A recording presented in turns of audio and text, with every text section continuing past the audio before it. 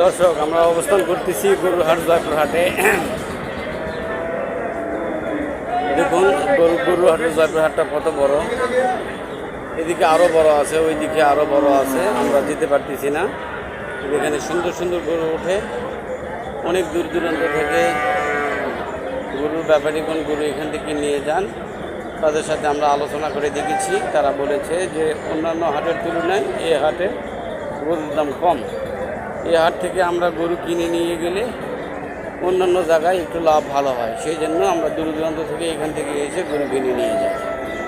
আমি গোটা হাট ঘুরে দেখলাম, আসলে অনেক সুন্দর সুন্দর গরু ওঠে এবং অনেক বাইকে জিজ্ঞেস করেছি কত দাম। আমার আইডিয়াতে আমি বুঝতে পেরেছি যে গরুর দাম আসলে অনেক কম। ওই যে দেখুন কতগুলো গাভী, ওই যে গাড়িতে আমি কাছে যাওয়ার চেষ্টা করেছি। দেখুন এই যে দেখুন, এই যে ট্রাকের উপরে এই গাভীগুলি এই জয়পুরহাট থেকে কিনে নিয়ে ব্যাপারীগণ যাচ্ছে। চলুন আমরা তাদেরকে জিজ্ঞেস করবো যে এটা কোথায় যাবে, আপনারা শুনবেন। এই যে গাড়িতে উঠাচ্ছে, এই যে দেখুন একটা ভুটভুটির মধ্যে বেশ কয়েকটা গাড়ি উঠাইছে।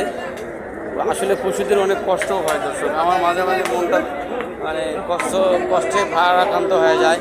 এই যে একটু সংক্ষিপ্ত জায়গার মধ্যে এই এত একটা বড় গরু উঠানোর চেষ্টা করতেছে, এগুলি ভাবলে আমার অনেক সময় কষ্ট হয়। কিন্তু এখান থেকে আরেকটা জিনিস বিষয় করি যে এখান থেকে কিনে নিয়ে গিয়ে অনেক কোথাও তারা পালবে, এখানে এই হাটে একটু দাম কম, সে আশায় তারা এসেছে।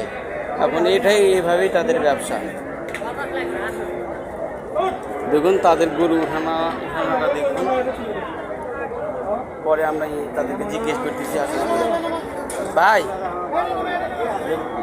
তুলতে পারতেছে না, এটা সংক্ষিপ্ত থাকে এখানে। আসলে কি এই গরুটা এখানে উঠানো যাবে ভাই? যাবে, অসুবিধা হবে না? মনে হচ্ছে বড় গরু।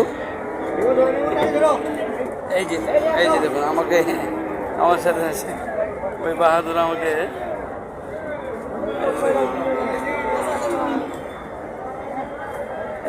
ফলো করে নিল।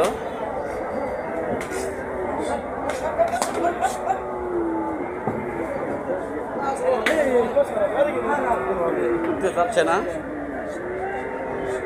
চেষ্টা চালাচ্ছে।